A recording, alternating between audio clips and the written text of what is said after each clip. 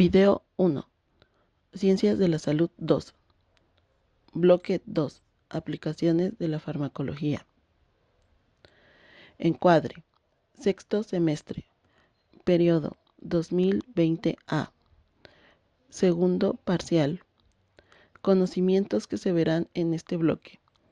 Farmacología, farmacocinética, farmacodinamia, vías de administración de medicamentos, clasificación de los medicamentos.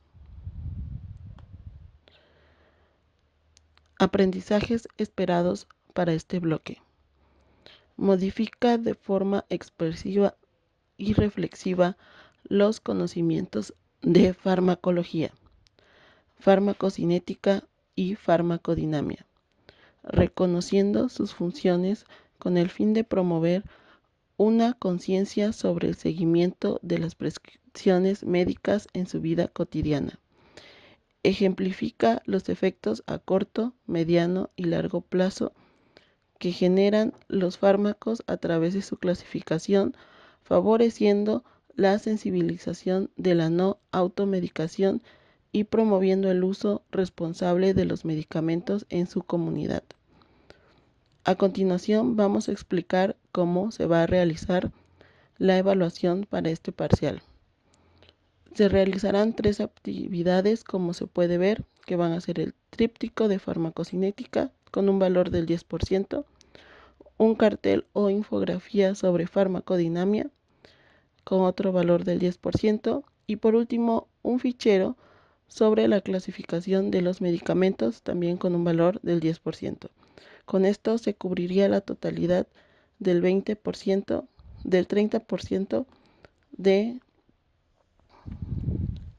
las evidencias para este parcial.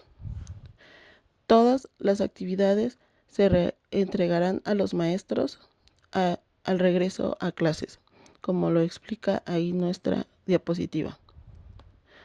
Y por último tenemos el propósito del bloque, que es relaciona los procesos metabólicos del cuerpo humano con el mecanismo de acción de los fármacos para valorar la importancia del manejo adecuado de los medicamentos y así promover la automedicación, contribuyendo a la concientización de la población. La palabra farmacología proviene de las raíces griegas fármakon, que significa droga o medicamento, y logos, que significa tratado o estudio.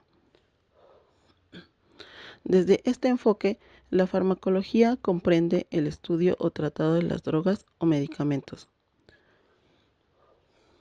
Asimismo, la farmacología puede definirse en un sentido más amplio como el estudio de los medicamentos, que incluye su historia, origen, propiedades físicas y químicas, presentación, efectos bioquímicos y efectos fisiológicos, mecanismos de acción, absorción, distribución, biotransformación, eliminación y usos con fines terapéuticos.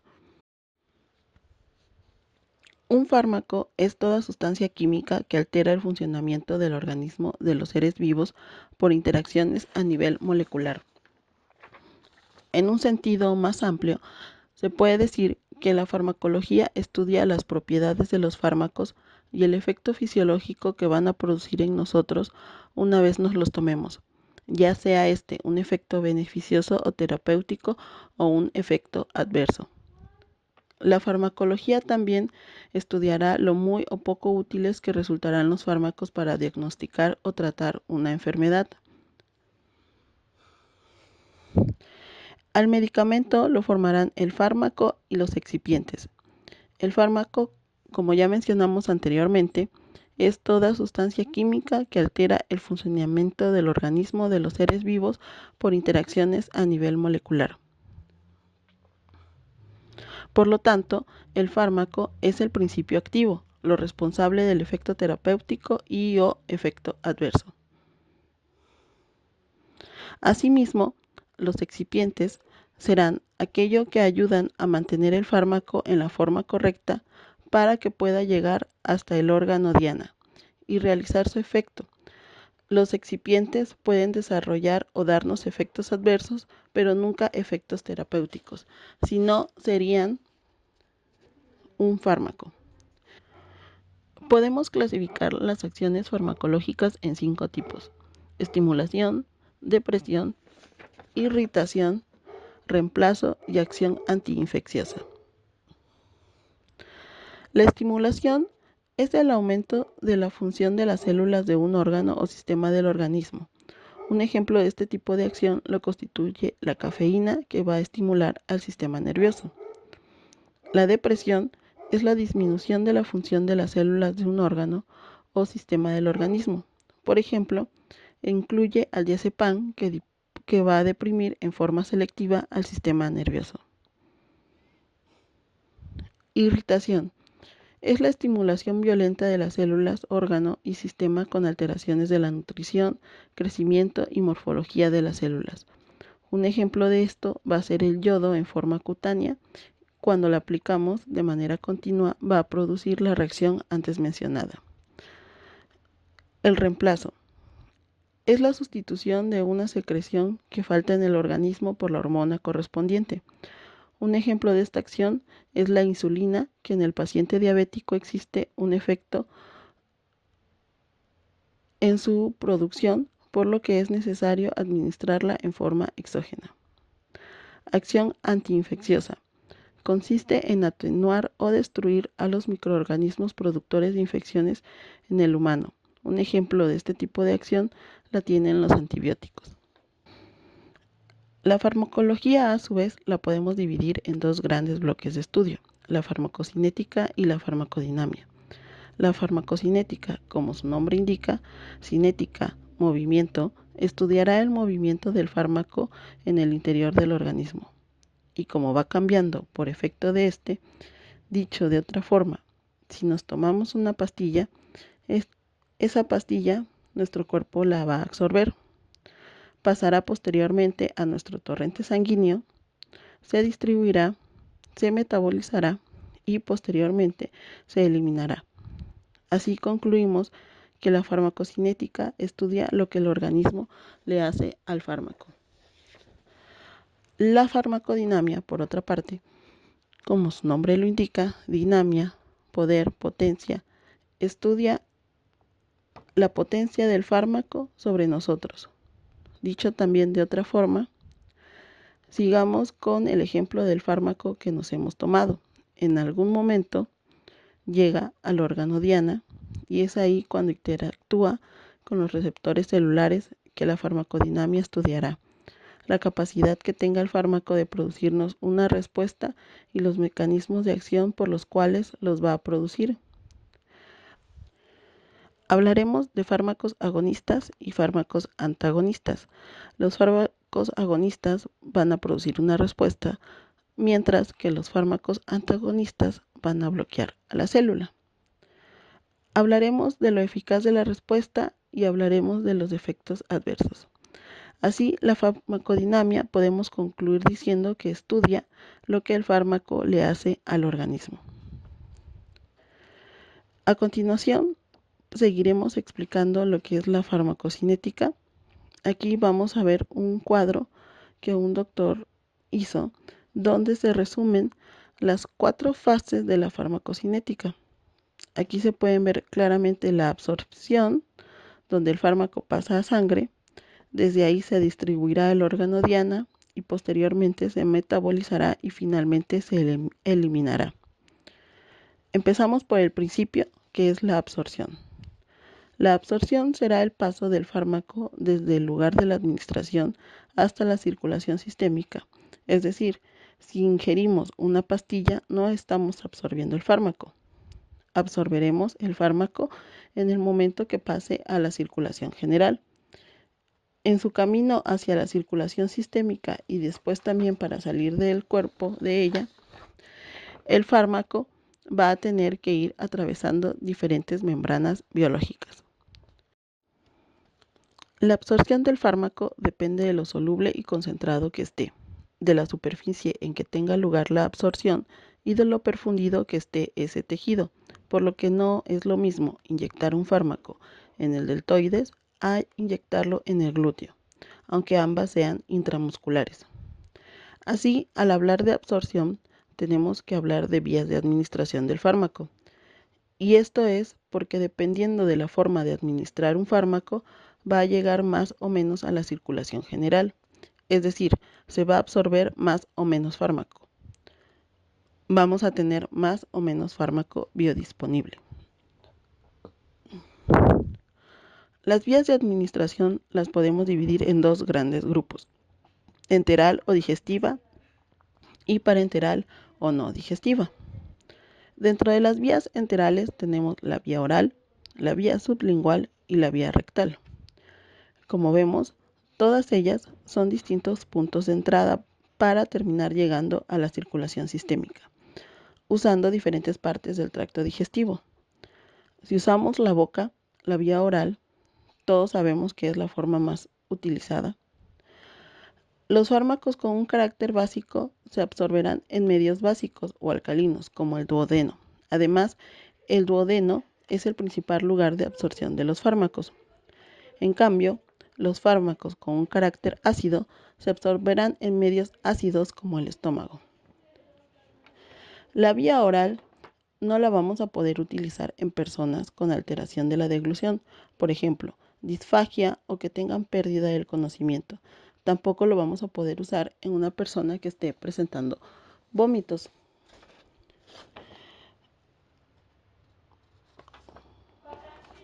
A continuación vamos a ver un concepto nuevo: biodisponibilidad. La biodisponibilidad será el porcentaje total del fármaco administrado que finalmente llegue intacto a la circulación sistémica. Este porcentaje de fármaco inalterado será el que finalmente tenga acción farmacológica. El porcentaje que se haya perdido en el camino no tendrá dicha acción. Si digo que la biodisponibilidad de un fármaco es del 75%, quiere decir que el 75% del fármaco administrado accede a la circulación sistémica. Esto se debe a que si nosotros tomamos un fármaco por vía oral, quiere decir que por el camino hasta la circulación sistémica se va a ir perdiendo o alterando un porcentaje del fármaco.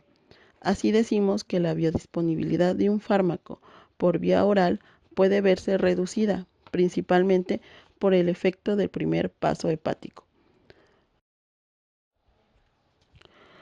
El hígado es un filtro, un sistema de gestión de residuos que puede inactivar parte del fármaco antes de por las venas hepáticas mandarlo a la circulación general.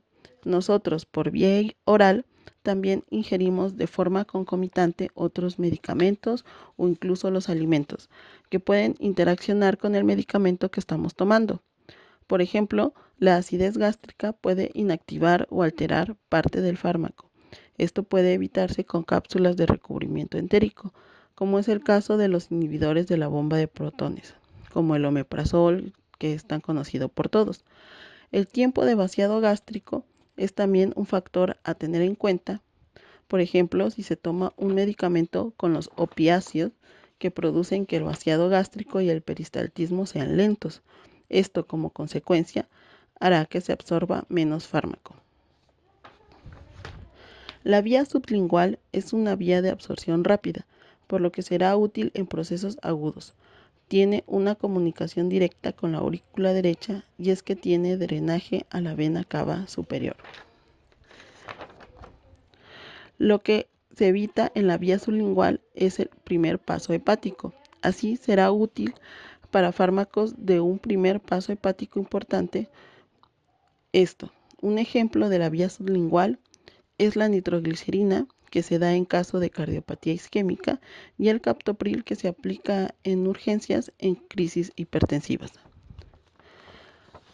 La vía rectal tiene una absorción lenta, además de una vía incómoda, pero tiene una ventaja: evita parcialmente el primer paso hepático. Además, será útil en el tratamiento de enfermedades locales como la rectitis o la colitis. Ejemplos de vía rectal es la mesalazina y los corticoides, en la enfermedad inflamatoria intestinal, y los supositorios infantiles que se usan para disminuir la fiebre en niños chicos. Esto es cuando no es posible darles ningún medicamento por vía oral o incluso encontrarles alguna vía intravenosa. Dentro de las vías de administración parenterales tenemos la vía intraarterial, la vía intravenosa, la vía subcutánea y la vía intramuscular. Todas las vías parenterales van a tener como característica principal la rapidez de acción. Estamos inyectando directamente el fármaco en sangre y de ahí se va a distribuir y llegar al órgano diana. Dentro de las vías parenterales, según la forma de entrada, tendrán una u otra ventaja. La vía intravenosa que todos conocemos, su principal ventaja será la rapidez de acción, ya que estamos administrando el fármaco directamente en una vena y desde ahí se va a distribuir a todo el organismo. Por lo tanto, la biodisponibilidad de un fármaco por vía intravenosa será del 100%, ya que todo el fármaco administrado llegará de forma intacta a la circulación general. La vía intravenosa es la más usada en situaciones de urgencia y para reponer la volemia, y también es utilizada para dar medios de contraste en estudios de neuroimagen. La vía intramuscular, su principal ventaja es la rapidez de acción. A veces tenemos el concepto erróneo de creer que por aplicar en un músculo va a tardar en hacer efecto. Y al contrario, al inyectar de forma intramuscular, no solo estamos entrando en la circulación sistémica, sino como los músculos suelen estar muy irrigados, se distribuye el fármaco muy rápidamente. Por ejemplo, cuando hay pacientes psiquiátricos que no cooperan y no se les puede dar un medicamento vía oral ni vía intravenosa, se les aplica medicamentos como el haloperidol y el diazepam de manera intramuscular y lo rápido que hacen efecto. Además, la vía intramuscular nos va a permitir y nos va a servir a asegurarnos que el paciente esté cumpliendo con el tratamiento. También es muy útil en el paciente psiquiátrico.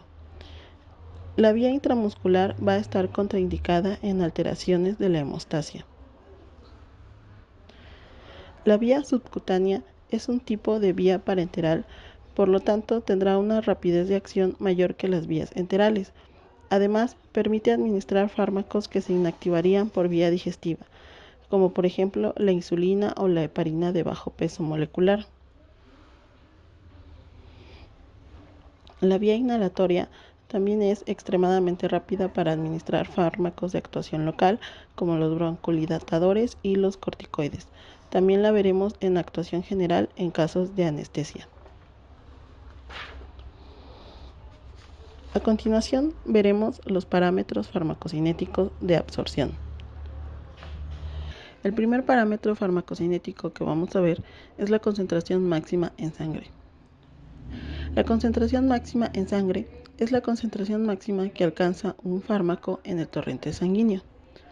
Cuando se aplica un medicamento por vía intravenosa, la concentración máxima en sangre será de forma instantánea y a partir de ahí irá disminuyendo. Y va a disminuir por dos razones. Primero, porque se empieza a distribuir y segundo, porque se empieza a eliminar. Así distinguimos dos fases, una primera fase de distribución y una segunda fase de equilibrio o de eliminación. Por ejemplo, si un médico nos indica un tratamiento por 100 miligramos cada 8 horas de un fármaco para tratar una infección, nosotros entendemos que si en lugar de tomar los 100 miligramos tomamos únicamente 20, no nos resultará eficaz. Y si en lugar de tomar 100 miligramos tomamos 500, nos resultará tóxico. Entendiendo esto, entonces, tenemos que el rango o margen entre la concentración mínima que nos resulta eficaz y la concentración máxima a partir de la cual nos resultará tóxico es lo que se conoce como índice o rango terapéutico. Habrá fármacos que tendrán un margen terapéutico muy amplio y serán seguros, y habrá fármacos con la mínima variación de la dosis resultarán tóxicos. Vamos a ver un ejemplo. Con el siguiente cuadro. La CME o concentración mínima eficaz, en donde por debajo de esa concentración el fármaco me resultaría ineficaz, y tenemos marcado también la CMT o concentración máxima tolerable, en donde a partir de esa concentración el fármaco me resultaría tóxico. Así, lo que se marca es el rango o margen terapéutico. La relación entre la CME o concentración mínima eficaz y la CMT o concentración máxima tolerable, por lo que habrá fármacos con un margen terapéutico amplio que son seguros, pero habrá otros con un margen terapéutico estrecho, en donde al aumentar la dosis rápidamente alcanzaría el rango de toxicidad, como se ve en la línea punteada del ejemplo. Por lo que los fármacos con un margen terapéutico estrecho se tienen que controlar. Y se van a preguntar, ¿cómo se controlan? Pues monitorizando los niveles plasmáticos. Todos los medicamentos con estrecho margen terapéutico se tienen que monitorizar con los niveles plasmáticos. Pues no. La excepción en este caso va a ser el acenocumarol, que se controla checando el INR.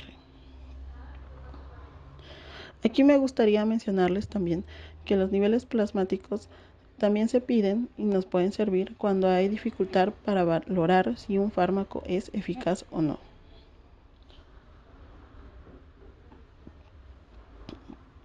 Después de que tenemos al fármaco en el torrente sanguíneo, de ahí se tiene que distribuir al órgano diana.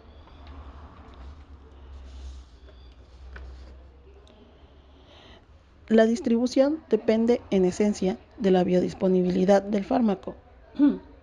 Con este término se alude a la cantidad de medicamento que llega a la sangre después de su sitio de administración y está disponible para ser distribuida en las diferentes partes del organismo. Una vez que el medicamento ha alcanzado el plasma, el principal líquido para su distribución debe de atravesar varias barreras hasta alcanzar finalmente el lugar donde va a actuar. Las primeras de estas barreras es la pared capilar. Mediante procesos de difusión y filtración, la mayor parte de los medicamentos atraviesan con rapidez la pared capilar, que tiene la característica de una membrana lipoide con poros llenos de agua. Las sustancias liposolubles difunden a través de todo el endotelio capilar, mientras que los medicamentos hidrosolubles atraviesan los poros, que representan una fracción de la superficie total. Cuando los fármacos llegan a la circulación, se combinan con las proteínas plasmáticas, principalmente la albúmina, la glucoproteína ácida A1, las lipoproteínas alfa y beta y las metaglobulinas, como la transferrina. La fracción de la droga unida a las proteínas es farmacológicamente inactiva, solo la fracción libre es activa. Mientras el fármaco está unido a las proteínas plasmáticas, no contribuye al gradiente de concentración y no puede ser filtrado por los riñones. Los fármacos podrán estar libres o unidos a proteínas plasmáticas en la sangre. El fármaco libre es el único activo y el único capaz de difundir hacia el órgano diana.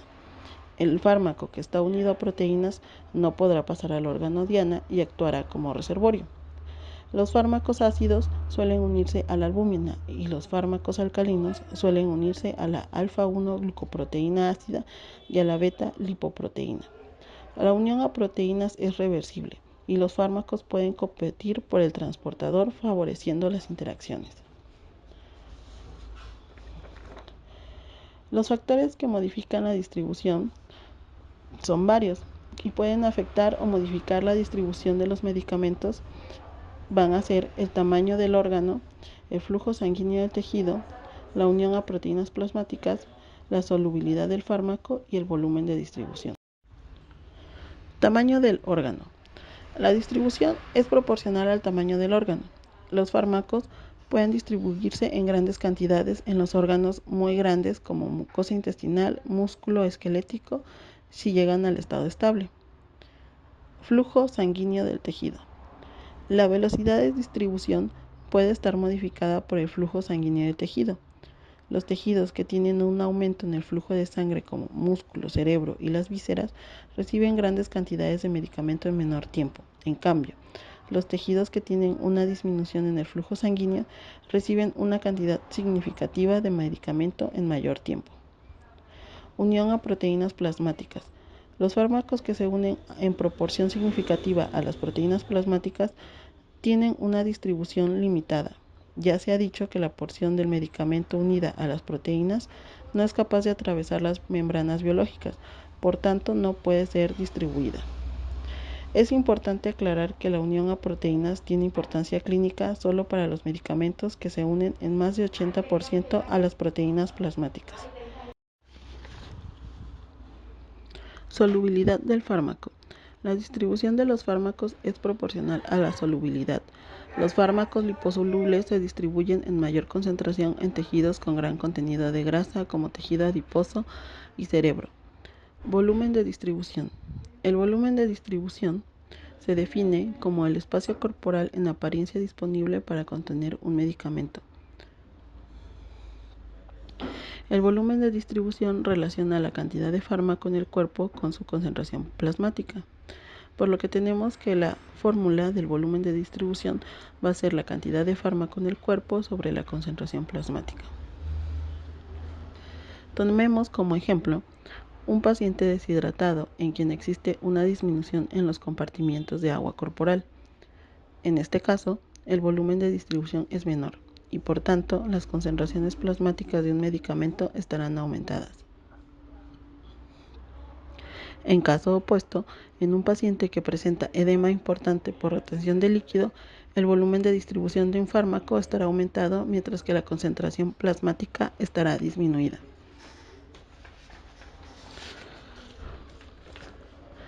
En conclusión, el volumen de distribución de un fármaco nos informará de la penetración que podrá tener en los tejidos. De nada sirve que únicamente tenga un excelente mecanismo de acción si no es capaz de distribuirse y llegar a donde debe llegar. El volumen de distribución también cambia con la edad, debido al porcentaje de grasa y agua, por lo que no se da la misma dosis a un paciente anciano y a un paciente joven. A continuación veremos el metabolismo o biotransformación del fármaco. Este se da por el conjunto de reacciones químicas por acción de distintas enzimas que va a sufrir el fármaco, con la intención de convertirlo en una sustancia, ya sea más liposoluble o más hidrosoluble. La biotransformación se puede definir como la eliminación química o transformación metabólica de las drogas o medicamentos. El metabolismo de un fármaco puede llevarse a cabo en el riñón, en el pulmón, en la circulación general, incluso en el aparato digestivo, pero es el hígado el principal protagonista. El metabolismo cuenta con dos grandes grupos de reacciones químicas. Los fármacos pueden sufrir reacciones de fase 1 y luego de fase 2, pero también pueden sufrir reacciones de fase 1 o de fase 2. Las reacciones de fase 1, también llamadas no sintéticas, transforman el fármaco mediante reacciones de oxidación, reducción, hidrólisis y descarboxilación. Los metabolitos de fase 1 pueden ser activos o inactivos farmacológicamente, incluso pueden ser responsables de toxicidad. En ocasiones, el metabolismo de fase 1 puede ser necesario para activar un profármaco, que es una sustancia inactiva, y convertirla en una molécula activa. Las reacciones de fase 2, también llamadas sintéticas, combinan el fármaco o su metabolito de fase 1 con una sustancia endógena, consumiendo con el proceso energía. Las reacciones de fase 2 pueden ser de acetilación, etilación, metilación, conjugación con glucurónico, sulfúrico o glutatión. Por lo tanto, el hígado es el principal órgano biotransformador que con reacciones de fase 1 y fase 2 lo que intentará es inactivar y originar un producto más hidrosoluble susceptible de ser eliminado por la orina al filtrarse por el riñón.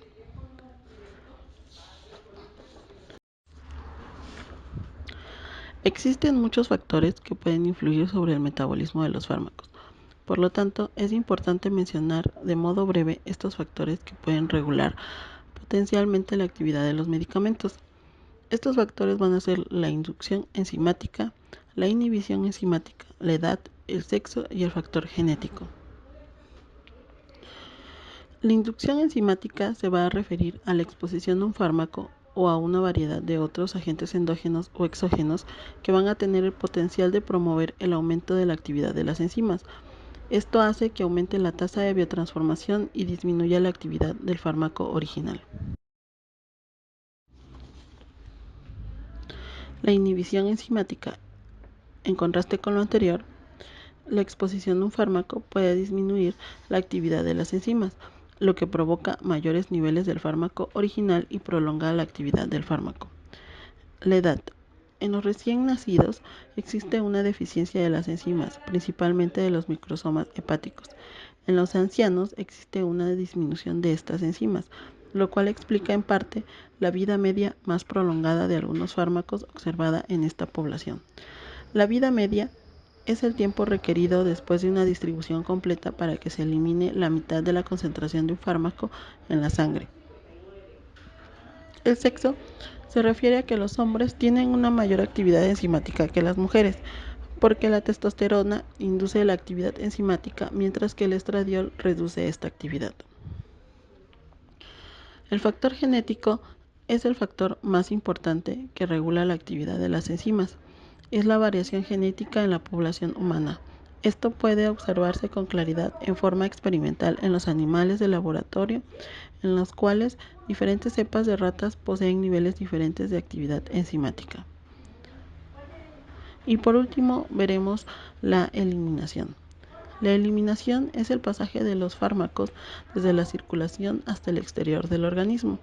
El riñón es el principal órgano de excreción y es el responsable de eliminar las sustancias hidrosolubles. El sistema biliar también elimina algunos fármacos y metabolitos. Los fármacos además pueden eliminarse por otras vías como los pulmones, la saliva, el intestino, el sudor y la leche materna, aunque la contribución global de estas vías suele ser pequeña. Vamos a enfocarnos un poquito más en la eliminación renal. La eliminación renal es el proceso más importante por medio del cual los fármacos van a salir del organismo. Hay que recordar que la unidad funcional del riñón es la nefrona y cada riñón humano contiene casi de 1 a 2 millones de nefronas.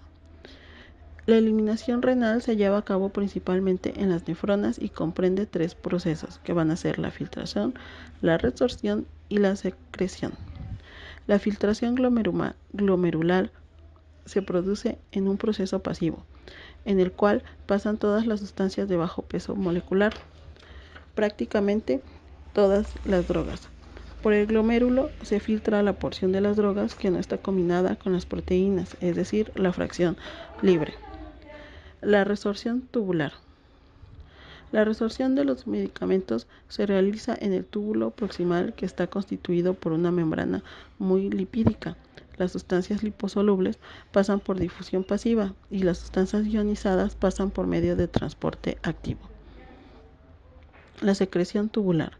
La secreción se lleva a cabo en el túbulo distal mediante transporte activo para las sustancias ionizadas que requieren gasto de energía. La velocidad de eliminación va a depender de la concentración en el plasma sanguíneo. Cuanto mayor sea el nivel plasmático de la droga, más rápida va a ser su eliminación, y la concentración en el plasma a su vez depende de la velocidad de absorción y también de la fijación de las sustancias en el organismo. Por último, se mencionará de manera general los otros tipos y vías de eliminación. Como mencionamos anteriormente, también tenemos la eliminación por vía pulmonar, la eliminación en el tubo digestivo, la eliminación salival, la eliminación hepática o biliar, la eliminación por colon y otras vías, como por ejemplo el sudor. Pero esto va a incluir en su primera actividad, que va a tener un valor del 10%, la cual va a ser investigar y elaborar un tríptico sobre los diferentes medios de eliminación de los fármacos. Incluso se puede incluir nuevamente la eliminación por vía renal, pero explicando de manera más extensa las demás vías de eliminación que se han mencionado. Y bueno, con esto concluimos el video 1, bloque 2, para la materia de Ciencias de la Salud 2.